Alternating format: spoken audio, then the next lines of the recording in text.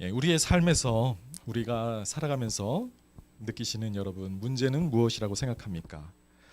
어떤 분들은 정치가 문제라고 생각할 것 같아요.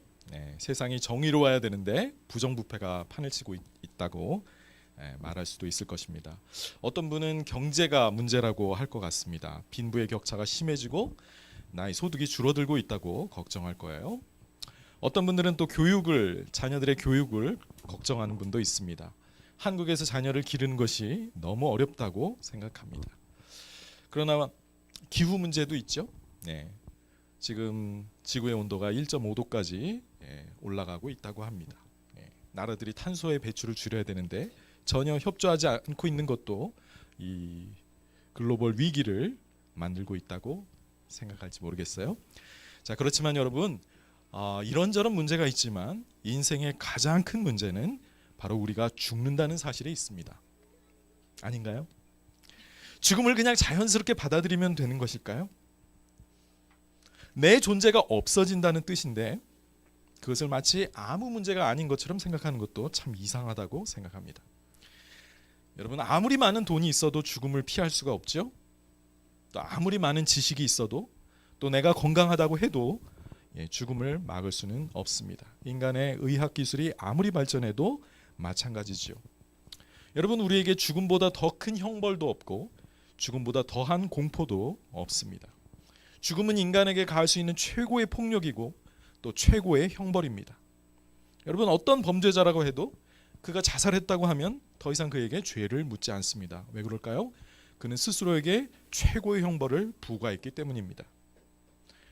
주위에서 누군가 죽었다는 말을 들을 때마다 우리는 또 놀라고 또 한숨 쉬면서 안타까워하지요. 그리고 언젠가 나도 직면해야 할 저 엄청난 사건을 보면서 마음에 두려움이 생기기도 합니다. 그래도 금방 잊어버리지요. 잊어버리지 않으면 어떻게 되겠습니까? 계속 내가 죽어야 한다는 생각만 하고 인생은 죽음으로 끝난다는 생각만 하면 삶이 얼마나 우울해지겠어요? 아마 허무주의에 빠질 것 같습니다. 어떤 면에서 인생은 죽음을 향해 걸어가는 길입니다. 살아있는 동안 사실 우리는 죽음이라는 그 막다른 골목을 향해서 점점 걸어가고 있죠.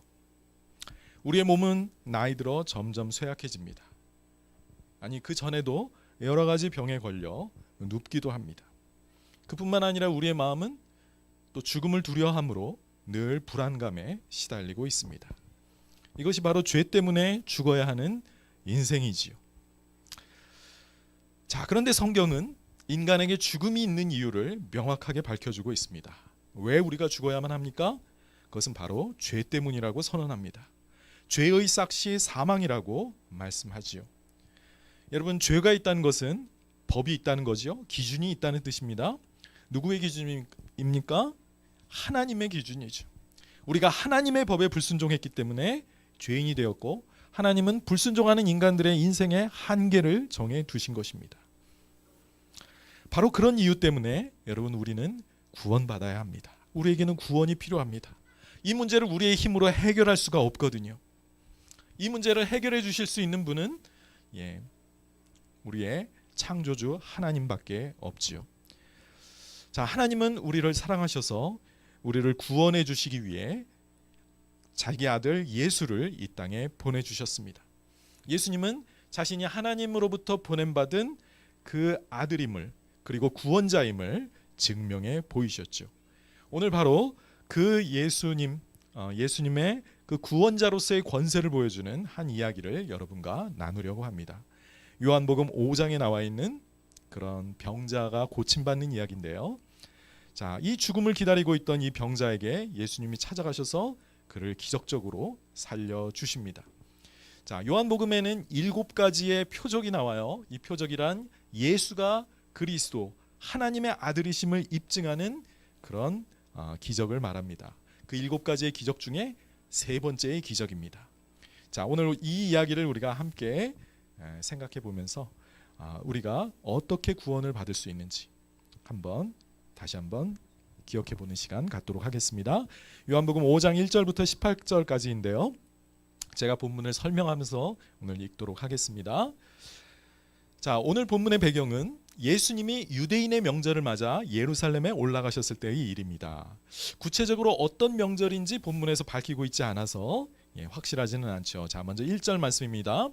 그 후에 유대인의 명절이 되어 예수께서 예루살렘에 올라가셨다고 합니다. 자, 그때 예수님은 예루살렘에서 특별히 병자들이 모여 있는 곳으로 가셨어요. 그곳은 예루살렘 성의 동북쪽에 있는 문 중에 양문이라고 알려진, 양의 문이라고 알려진 곳에 있던 그 근처의 연못가였습니다. 자, 2절을 보시면 예루살렘에 있는 양문 곁에 히브리 말로 베데스다라 하는 못이 있는데 거기에 행각 5이 있었다고 합니다. 네, 이 그림에서 보시면 여기 베데스다 연못이 이쪽 북동쪽 끝에 놓여 있죠. 자, 거기 2개의 못이 있었고 행각 5이 있었다. 행각은 기둥이 쭉 늘어선 그런 건물을 말하는데 거기에 5개의 행각이 있었습니다. 자, 그 연못은 베데스다라는 못이었는데 옛날의 모습은 아마 저랬을 거라고 하는데 지금 현재는 이렇게 폐허가 된 상태입니다. 생각보다 굉장히 깊어서 가보면 좀 의외라는 생각이 들기는 합니다. 자, 고대로부터 이곳에는 솔로몬 저수지에서 끌어들인 물로 채워진 2개의 못이 있었고 2못을 둘러싼 저 행각이라는 그 건물이 있었다고 합니다. 자, 3절입니다. 그 안에는 많은 병자, 맹인, 다리 저는 사람, 혈기 마른 사람들이 누워 물의 움직임을 기다리고 있었다고 합니다. 자, 베데스다 연못가는 마치 요양소와 같았어요. 온갖 종류의 병자들이 거기 모여서 치료받기를 기다리고 있었습니다. 옛날에 무슨 병원이 있었겠어요? 자, 그래서 이런 곳에 와서 몸을 이렇게 좀 회복되기를 바라고 있었던 겁니다. 베데스다의 못이 붉은색이었다고 해요. 그것은 물의 성분 중에 철분이 많았다는 이야기인데 아마도 약간의 약수와 같은 효과가 있어서 가끔씩 사람들이 그 좋은 물을 통해서 치유받는 일이 있었겠지요. 자, 4절입니다. 이는 천사가 가끔 못에 내려와 물을 움직이게 하는데 움직임 후에 먼저 들어가는 자는 어떤 병에 걸렸든지 낫게 되밀어라 그랬어요. 자, 3절과 4절은 무슨 전설 같은 이야기죠. 성경의 원문이 아니라 옆에 있는 그 카피하던 성경을 이렇게 카피하는 그 서기관이 옆에 적어놓은 메모인데 성경 본문에 들어가게 되었습니다. 자, 베데스다 못에는 전설 같은 이야기가 내려왔어요. 그것은 연못의 물이 동요할 때가 있는데 천사가 물을 휘저어서 그런다고 사람들이 믿고 있었습니다. 그래서 천사가 그 물을 휘저었을 때 제일 먼저 들어가는 사람은 고침을 받는다라는 전설이 내려오고 있었던 것이죠. 베데스다의 못이 이렇게 한번 동요하게 된 것은 그 밑에서 땅에 있었던 그 땅 속에서 샘물처럼 솟아오르는 그런 때가 종종 있었기 때문이라고 생각됩니다. 자, 5절입니다. 거기에 38해 된 병자가 있었다고 합니다. 38년 동안이나 그 베데스다 못에서 치료받기 위해 기다리고 있었던 사람이 있었어요. 와, 38년. 말이 그렇지. 우리 상근 형제는 몇 년 사셨나요? 아직 30도 안 됐죠? 네.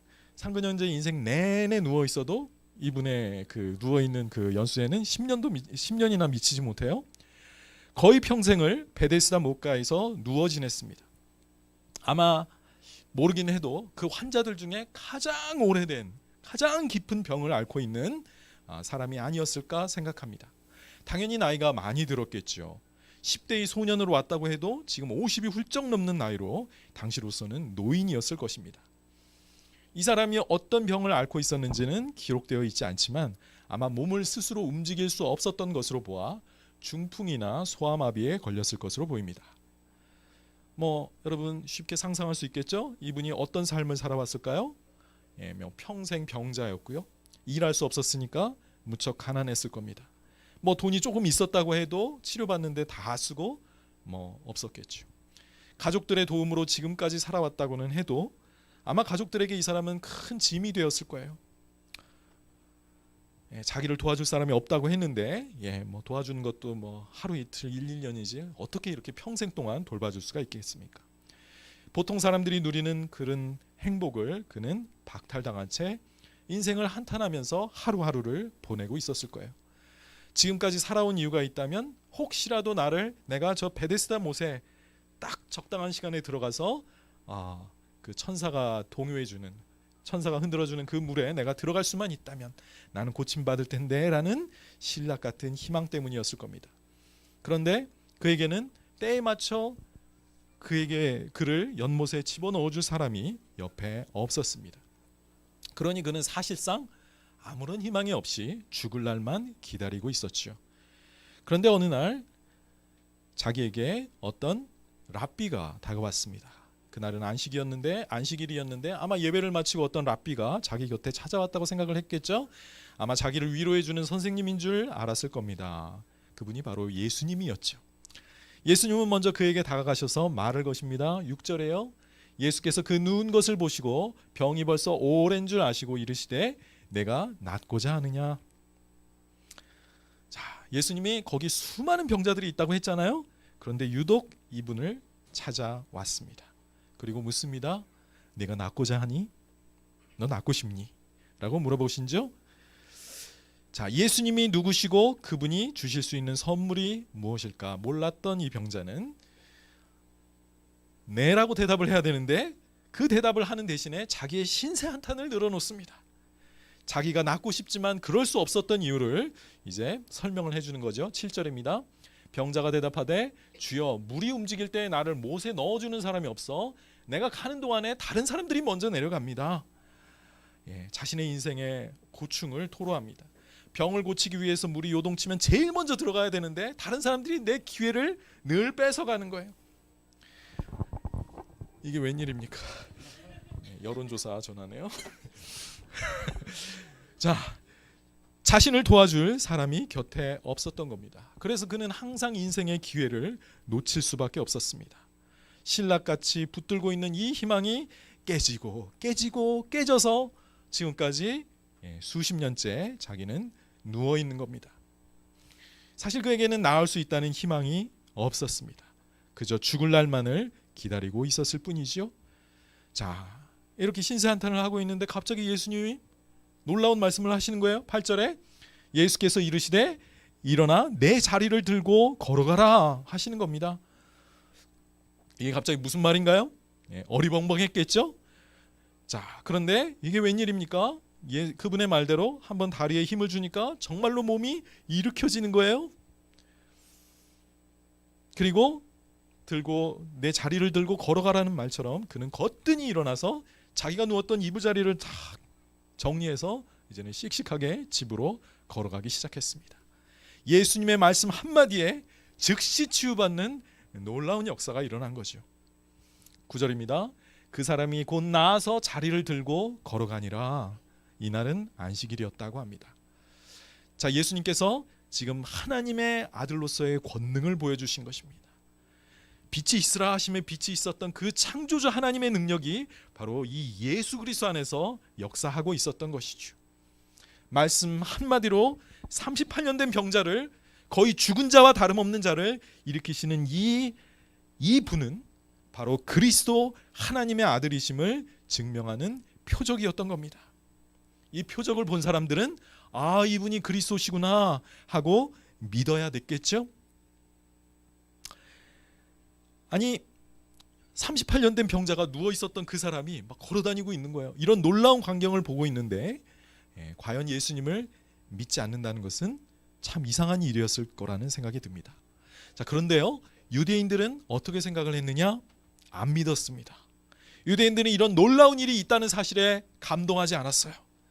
그리고서는 병 고친 사람의 율법을 어겼다고 나무랍니다. 10절이에요. 유대인들이 병 나은 사람에게 이르되 안식일인데 내가 자리를 들고 가는 것이 옳지 아니하니라 그러는 거예요. 여러분, 안식일에 대해서 좀 알고 계시죠? 유대인들은 안식일 날 일하면 안 되었습니다. 자, 그런데 유대인들에게 있어서 일이라는 게 그럼 뭐냐? 어디까지가 일이고 어디까지가 쉼이냐, 이걸 정의하는 게 힘들었던 거예요. 그래서 장로들이 계속해서 이제 이 일을 정의하게 되었는데,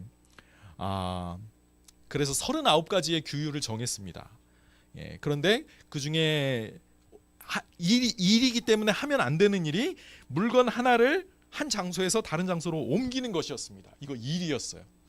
그래서 유대인들의 눈에는 이 사람이 지금 자기 자리를 들고 이게 옮기고 있잖아요. 그래서 너 지금 잘못됐다. 너 율법을 어기고 있다. 옳지 않다라고 말을 하는 거지요.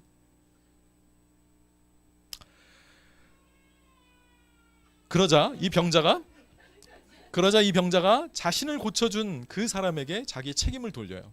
보통 그렇죠. 사람이 너 잘못됐어 그러면 이거 나 때문에 그런 게 아니에요. 저 사람이 그랬어요 라고 말하는 것처럼 이렇게 11절입니다. 대답하되 나를 낫게 한 그가 자리를 들고 걸어가라 하더라 하니 그랬습니다. 그러자 유대인이 이제는 그럼 그 사람은 누구냐라고 묻게 되는 거죠. 그들이 묻되 너에게 자리를 들고 가라 한 사람이 누구냐 하되 고침을 받은 사람은 그가 누구인지 알지 못했습니다. 이는 거기 사람이 많으므로 예수께서 이미 피하셨음이더라 그랬습니다. 자, 이 사람은 자기가 고침만 받고 이 엄청난 은혜를 베풀어 준 사람이 누구인지도 몰라요. 이름도 모르고 있습니다. 아마 자기가 걷게 되었다는 그 사실에 너무 놀라고 너무 기뻐서 그냥 껑충껑충 뛰어다니다가 자기가 당연히 감사해야 될 그분을 자기가 잊어버리고 있었던 거죠.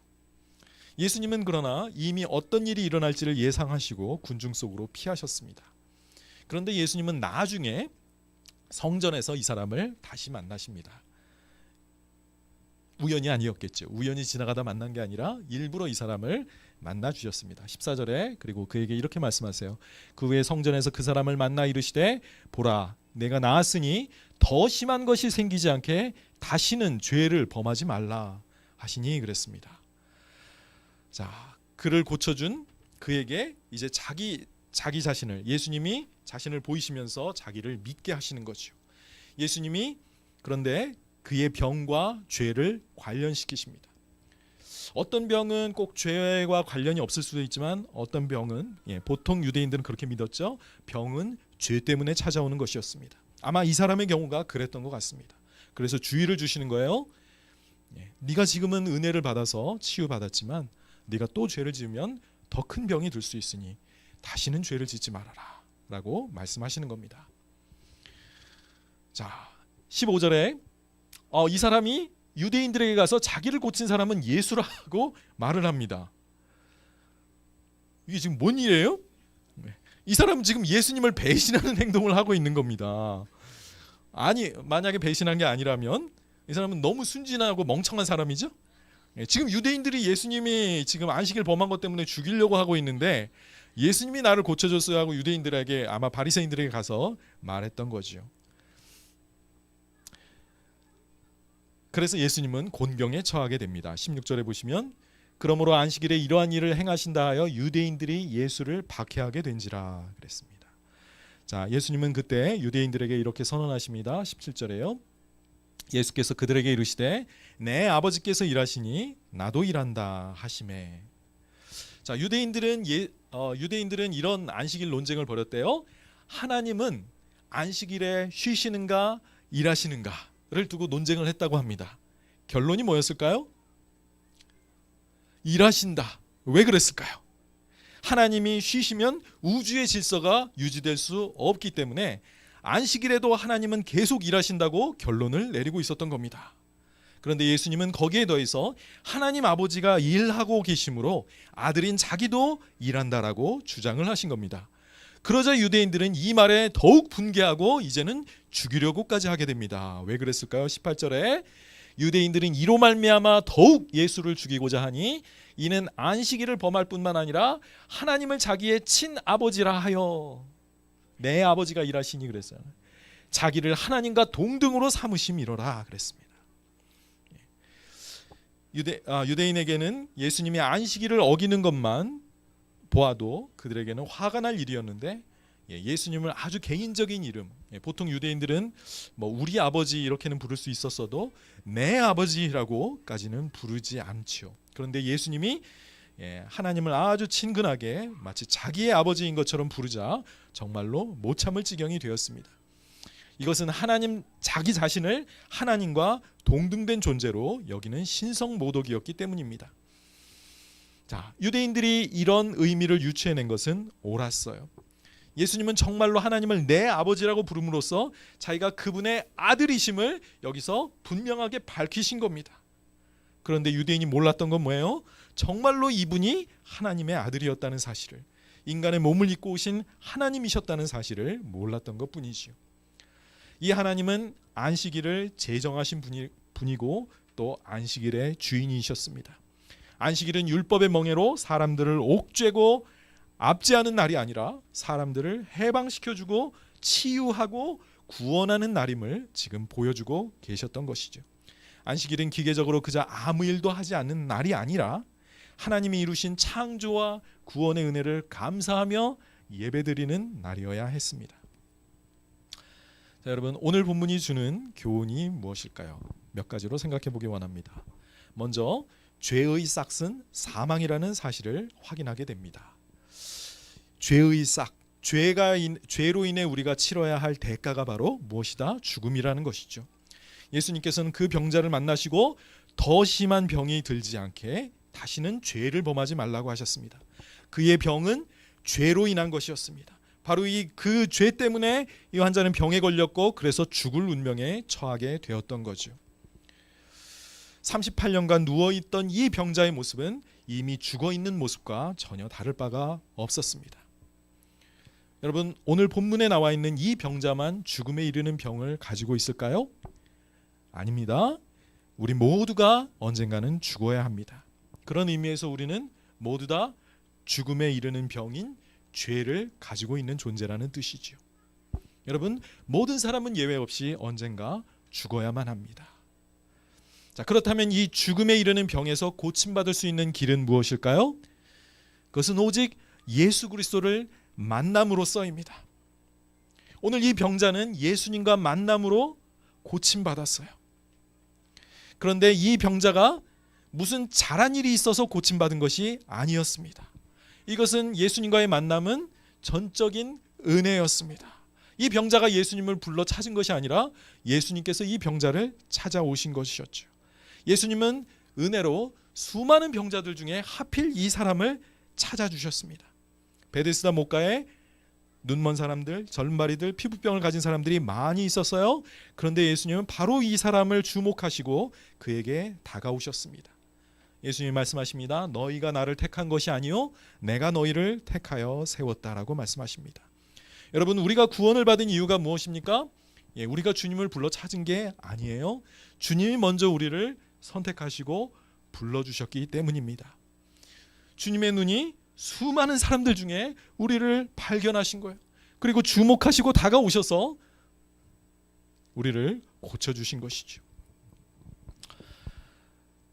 신앙생활을 하다 보면 참 신비로운 게 있습니다. 나는 믿는데 저 사람은 믿고 있지 않은 이 현실입니다. 참 이상하죠? 그냥 믿으면 되는데 안 믿어진대요. 제가 이런 분들이 이제 예외인 줄 알았는데 제가 신앙생활을 하면 할수록 참 많다는 사실을 보게 됩니다. 교회 안에도 교회는 다니는데 안 믿고 있는 분들이 이렇게 많은 거예요.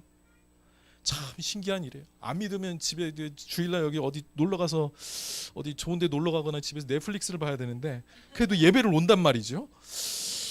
믿고 싶다고 해요. 믿고 싶다고 하는데 안 믿어진대요. 와. 남자들은 예비군 훈련에 가보면 그 예비군 훈련장에서 남자들이 얼마나 이상한 사람이 되는지 모르실 거예요. 네. 군복만 입으면 사람들이 진짜 이상해져요. 그때 한번 내가 예비군 훈련장에 가서 누군가한테 한번 전도를 해보려고 그랬는데 와, 이 사람들 이 수많은 사람 중에 나는 예수님을 믿고 있구나. 이 사실이 너무 감사하고 감동이 되더라고요. 왜 저 사람이 아닐까 나일까요? 성경에는 하나님이 나를 예정하시고 선택하신 이유를 그냥 그분의 기뻐하신 뜻에 따라서라고 되어 있습니다. 이유는 몰라요. 주님만이 아십니다. 우리가 보기에는 나보다 저 사람이 더 구원받아야 될 사람 같아. 나보다 더 착하고 더 바른 사람이야. 근데 나는 못된 사람이거든. 제가 구원받아야 되는데 왜 쟤는 예수님을 안 믿지? 그런데 나는 믿어요. 이 믿어지는 은혜가 얼마나 큰데요? 이 믿음 때문에 하나님이 나에게 영생을 주시는데 그런데 저 사람은 안 믿어진대. 평생 교회를 다니는데도 예수님이 안 믿어지는 분들도 있습니다. 여러분, 예수님을 믿는 것은 왜 그럴까요? 이건 나의 선택이 아니라 주님의 선택이기 때문입니다. 성경에 보면 영의 눈이 뜨여질 때 우리가 예수님을 보게 되는 거죠. 예수님이 하나님의 아들 그리스도이시라는 사실을 볼 수 있고 이해가 되는 겁니다. 그래서 믿을 수가 있게 되는 거죠. 성령님의 역사가 있어야 한다는 말입니다. 이 38년 된 병자에게 그래도 우리가 모르는 뭔가 메리트, 뭔가 공로가 있지 않았을까요? 겉으로는 이렇게 보여도 이 사람이 뭔가 하나님 특별히 사랑하고 좀 뭐가 있었을 것 같아요. 오늘 본문 보시면 어때요? 이 사람이 고침받을 만한 무슨 착한 일을 하나요? 이 사람의 인성이 좋나요? 지혜로운 사람인가요? 그 반대죠? 네, 진짜 찌질하고 미신을 믿고 있고요. 어리석은 종교에 의존하고 있고요.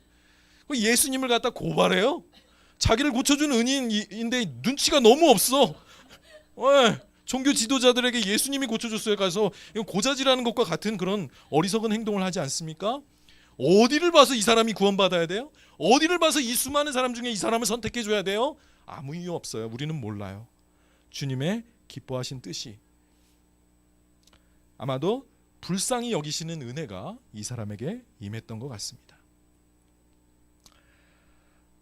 우리가 구원받는 것도 마찬가지입니다. 주님이 나를 선택해 주실 이유를 여러분 찾지 마세요. 자꾸 내가 더 경건하니까 내가 더 충성스러운 사람이거든. 쟤는 아니야. 겉으로는 저렇게 보여도 내가 좀 낫기 때문에 하나님이 나를 뭔가 선택하신 특별한 이유가 있을 거야 라고 생각하시면 큰 오산입니다. 우리는 여기 38년 된 누워있는 병자와 같아요. 우리가 예수님 배신할 때 얼마나 많습니까? 결정적인 자리에서 나의 믿음을 숨기고 사람들 앞에서 점심때도 사람들 앞에서 밥 먹을 때는 기도 안 하고 집에 가서는 기도하지만 사람들 앞에 부끄러워서 예수님 그냥 밥 먹고 얼마나 이 치사하고 졸렬한 사람이 납니까? 그런데 왜 하나님이 나를 선택해 주셨어요? 주님만이 아십니다. 주님은 그분의 기뻐하신 뜻을 따라서 수많은 사람 중에 많은 다른 사람을 구원해 주실 수 있었는데 나를 불쌍히 여겨주시고 나를 구원해 주신 것이죠. 여러분 그런데 구원받으려면요 자원하는 믿음이 있어야 합니다. 예수님이 그에게 다가오셔서 물어보신 말이 있죠. 네가 낫기를 원하니? 라고 물어보신 겁니다. 여러분 너무 당연한 질문한 거 아니에요? 베데스다 목가에 지금 누워있는 이유가 뭔데요? 지금 나으려고 누워있는 거잖아요. 그런데 왜 이런 당연한 질문을 하시는 걸까요? 먼저 일단 그 사람의 인격을 존중해 주신 거라고 볼 수 있겠습니다. 이 사람의 의사를 무시하고 그냥 바로 고쳐준다면 그건 이 사람을 마치 동물처럼 다루는 거잖아요. 본인의 뜻이 있고 의지가 있는 사람인데 그걸 마치 기계처럼 다루는 거죠. 주님은 우리를 그렇게 다루시지 않습니다. 우리를 존중해 주시는 거죠. 하나님의 형상대로 지음받은 존귀한 한 사람으로 우리의 의사를 물어보시는 거예요. 그리고서 치유의 역사를 이루어 주십니다. 또 한 가지의 이유는 바로 그 자신의 상태를 알도록 하시기 위함입니다. 여러분 에덴 동산에서도 하나님은 아담에게 물어보셨습니다. 아담아, 네가 어디 있느냐? 라고 물어보세요. 전지하신 하나님이 몰라서 물어본 게 아니라 아담 스스로가 지금 어떤 위치에 있는지 바로 죄를 지어서 하나님 앞에 숨어있는 이 부끄러운 자신의 상태를 깨닫고 돌이키도록 고백하고 돌이키도록 하시기 위한 질문이었습니다. 오늘 본문의 병자는 38년 동안이나 그곳에 있었기 때문에 치료받겠다는 희망이 거의 사라졌을 것입니다. 그저 그런 자신이 아파 누워있는 것을 자신의 현실로 그저 인생이 그런 것으로 받아들이고 죽는 날만을 바라보고 있었을 것입니다. 그곳에 너무나도 익숙해져서 그곳이 바로 자기의 집이었고 자기가 왜 누워있는지조차 잊어버릴 정도가 되었을 거예요. 그렇지만 그를 구원해 주시기 원하셨던 예수님은 그가 지금 죽을 병에 걸렸다는 현실을 인식시키고 거기에서 구원받고 싶다는 소망을 가지게 하실 필요가 있었습니다. 예수님은 그에게 믿음을 발휘하도록 도와주고 계신 것입니다. 예수님은 종종 병든 자들을 고치실 때마다 내 믿음이 너를 구원하였다 그러면서 칭찬해 주셨죠. 그런데 이 38년 된 병자는 아예 그런 믿음 자체를 발휘할 여지가 없었습니다. 그가 의지하고 믿고 있었던 것은 미신과 전설이었어요. 거짓된 종교였습니다. 이 물에만 내가 제일 먼저 들어가면 나는 고침받을 수 있다는 헛된 믿음뿐이었습니다. 그리고 고쳐주신 뒤에 이 놀라운 기적을 이루신 그분이 누구인지를 알게 되도록 하기 위해 이 질문을 던지신 것이죠. 여러분 우리도 마찬가지입니다. 여러분 구원받으려면 구원받기를 원하셔야 돼요. 예수님이 물어보십니다. 너 구원받기를 원하니? 너 낫기를 원하니? 뭐라고 해야 돼요? 네, 주님, 저 낫기를 원합니다. 그러려면 우리의 상태를, 영적 상태를 똑바로 인식해야죠. 죄 때문에 내가 죽어가고 있는 이 현실을 인식해야만 합니다. 그런데 사람들이 이 사실을 인식을 안 하려고 해요. 인정 안 하는 겁니다. 그러니까 예수 구원자가 필요 없는 것이죠. 제 군대 후임병 중에 예수님을 믿고 제대하고 나서 제가 다니던 교회에 따라 나오게 된 친구가 있었습니다. 우리는 그 뒤로 수년 동안 마치 친형제처럼 지내면서 거의 날마다 만나서 즐거운 교제를 나누던 사이가 되었습니다. 여러분 복음서를 읽어보면 참 공감이 안 되는 이야기 중에 예수님이 거라사라는 지방에 가셔서 그 귀신 들린 사람을 고쳐준 이야기가 있어요. 그 이야기가 좀 너무 비현실적이죠. 그 무덤가에서 이 사람이 밤낮으로 소리를 지르고 있었대. 쇠사슬로 묶어놔도 그걸 끊었대. 그리고 막 돌로 치면서 자기 몸을 막 자해하고 있어요. 미친 사람이죠. 근데 예수님이 그에게 가셔서 그에게 들려있던 그 귀신을 쫓아내 주시죠. 그에게 들려있었던 귀신은 군대 귀신이야. 너무나도 수가 많아서. 그런데 이제 그 귀신들이 자기에게 저 돼지떼에게 들어가도록 허락해달라고 그러죠. 예수님 그걸 허락해 주시니까 돼지떼가 막 미친 듯이 절벽 꼭대기로 올라가서 바다로 빠져 몰살당하는 그 이상한 이야기입니다. 이 이상한 이야기를 읽은 사람들은 보통 이런 질문을 합니다. 예수님은 왜 돼지떼를 아끼지 않지? 응? 돼지도 귀한 짐승이고 생명인데 왜 그 돼지를 그냥 몇백 마리나 되는 돼지를 그거 다 죽게 하시는 거야? 뭐 이런 질문을 해요. 물론 답은 있지만 지금은 오늘 그 부분이 아니니까. 그런데요, 이 친구가 제 후임병이 바로 그 무덤가에서 자기 몸을 해하면서 밤낮으로 부르짖고 있었던 사람이 바로 자기라는 거예요. 바로 자기의 영적 상태가 바로 그 미친 사람과 같았다는 거예요. 여유 있는 집안에서 자란 친구인데 형은 연세대학교 의대 다니고 자기는 고대 경영학과 다니는 뭐 아주 집안 좋고 뭐 괜찮은 청년이었는데 왜 그럴까요? 하나님이 보여주시는 자신의 실상을 있는 그대로 본 거예요. 자기 마음 안에 얼마나 자기가 부패해 있는 존재인지, 자기의 모든 삶의 무질서함과 그 광기와 그 미친 그 모습을 자기는 이 무덤가에 있었던 그 사람의 모습에서 그게 바로 자기였다는 거예요. 여러분, 내가 죄인임을 아는 것, 하나님이 도와주시지 않으면 나는 멸망할 수밖에 없는 존재이고 나는 지옥에 떨어질 수밖에 없는 그런 가증한 존재임을 깨닫는 것, 이게 복이에요. 이게 천국에 들어가는 첫 번째 계단입니다. 이 사실을 인정하지 않으니까 구원의 은혜가 임하지 않는 거죠. 왜? 예수님이 필요 없는데 뭐 인생은 뭐 이렇게 자연스럽게 뭐 나다가 살고 죽는 거지 뭐 여기에 무슨 문제가 있어? 그럼 예수가 왜 필요해요? 여러분, 성령님이 여러분에게 보여주시는 첫 번째 은혜는 바로 내가 죄로 인해 죽어가고 있다는 사실입니다. 구원받기를 원하셔야 돼요. 원하지 않으면 주님은 억지로 여러분 구원해 주시거나 고쳐주시지 않을 겁니다. 예수님 물어보시죠. 구원받기를 원하니? 그 질문 속에는 맞아요 주님, 나는 죄인입니다. 나는 죽어가고 있는데 내 이 운명을 바꿔줄 그런 존재가 바로 당신입니다 라고 말을 해야 되겠습니다. 넷째로, 예수님은 우리를 구원하실 수 있는 능력을 가지신 분입니다. 예수님은 특별히 오늘 이 기적을 통해 자신이 하나님의 아들이심을, 창조주 하나님의 권세를 가지고 계신 분임을 분명하게 보여주고 계십니다. 그에게는 여러 말이 필요 없었습니다. 오랜 기다림도 필요 없었습니다. 한마디면 됐습니다. 일어나라, 걸어가라. 38년 동안 누워있던 그 상태에서 그는 그 명령에, 그 말씀에 순종해서 일어납니다. 자신이 누웠던 침상을 이제는 접어서 집으로 가져가는 것이죠. 예수님이 하나님의 아들이신 그 권세를 지금 보여주고 있는 겁니다. 말씀으로 천지를 창조하시던 그 하나님의 능력이 바로 지금 이 예수 그리스도 안에서 역사하고 있는 것입니다. 예수님은 오늘 이어지는 본문에서 이렇게 말씀합니다. 25절에요. 진실로 진실로 너희에게 이르노니 죽은 자들이 하나님의 아들의 음성을 들을 때가 오나니 곧 이때라. 듣는 자는 살아나리라. 여러분, 하나님의 아들의 음성을 들으면 살아나게 됩니다. 이것이 하나님의 아들이 가진 놀라운 권세입니다. 예수님은 죽이고 멸망시키려고 오신 것이 아니라 우리를 살리시려고 오셨습니다. 그분의 말을 들을 때, 그분의 음성을 들을 때 우리는 죽음 가운데서 다시 살아날 수가 있게 됩니다. 여러분, 언젠가 이 세상의 종말이 올 때 예수님은 모든 죽은 자를 살리셔서 한 사람은 천국에, 일부는 천국에, 일부는 지옥에 보내실 겁니다. 28절과 29절입니다. 이를 놀랍게 여기지 말라. 무덤 속에 있는 자가 다 그의 음성을 들을 때가 오나니 선한 일을 행한 자는 생명의 부활로, 악한 일을 행한 자는 심판의 부활로 나오리라. 38년 된 병자에게 일어나 걸어가라고 말씀하신 그 예수님은 언젠가 무덤에 있던 우리도 부르셔서 부활하게 하실 것입니다. 예수님께는 죽은 자를 살리시는 능력이 있습니다.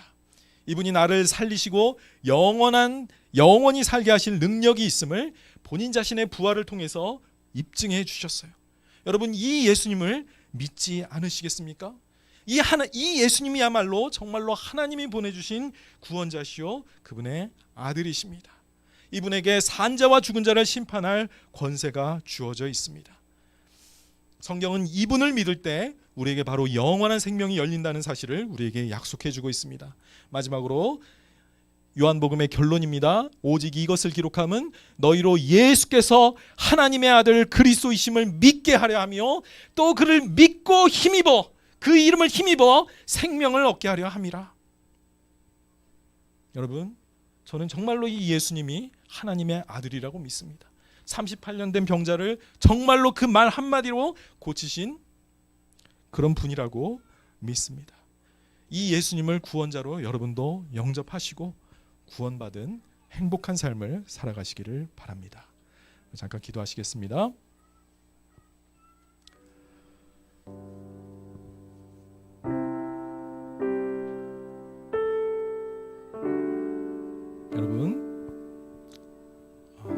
여러분이 지금 어떤 상황에 있는지 저는 잘 모르겠습니다.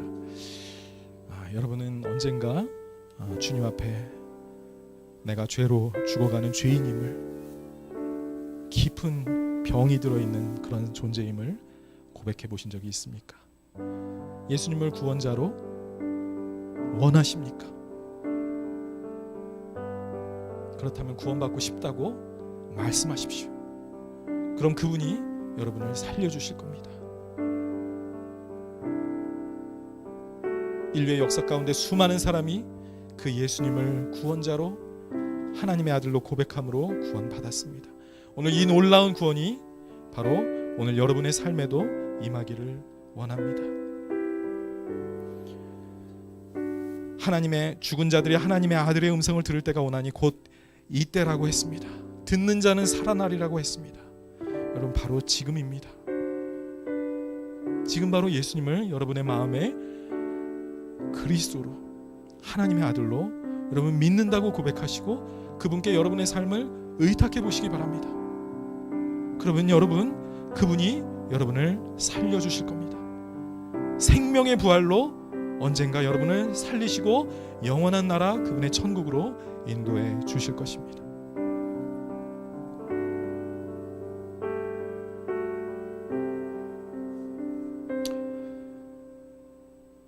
이렇게 믿음으로 구원받은 이 사람에게 예수님은 다시 한번 말씀하셨습니다.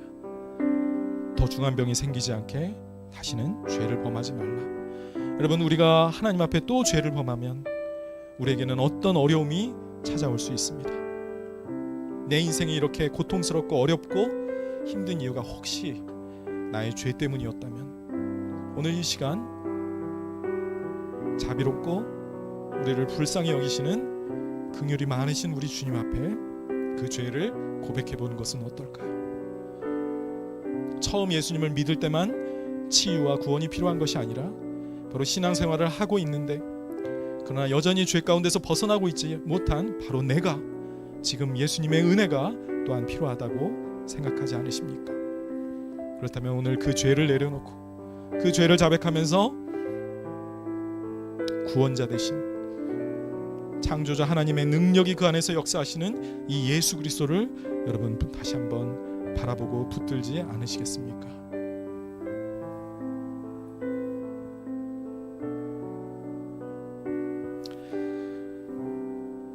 각자 마음속에 그렇게 기도하시기 바랍니다. 아버지 하나님, 오늘 주님께서 하나님의 아들 되시는 그 표적을 우리에게 보여주신 사건을 살펴보았습니다. 죽은 자와 다름없었던 이 38년 된 병자를 말씀 한마디로 살리신 이 권능의 주님이 오늘 우리 가운데서도 그의 이름을 부르는 자마다, 하나님의 아들의 이름을 부르는 자마다 영생을 얻게 하신다는 이 놀라운 축복을 지금도 주시고 계심을 저희가 믿습니다. 아버지, 아직도 자기가 죄인임을 깨닫지 못하고 있는 분이 있다면 그것을 깨닫고 고백할 수 있게 도와주시옵소서. 그리고 이미 구원받았지만 여전히 죄 가운데 벗어나고 있지 못한 분들은 정말 그 죄를 자백하고 다시 한번 하나님과 올바른 관계를 맺을 수 있도록 주여 도와주시옵소서. 감사하신 예수님의 이름으로 기도드렸습니다.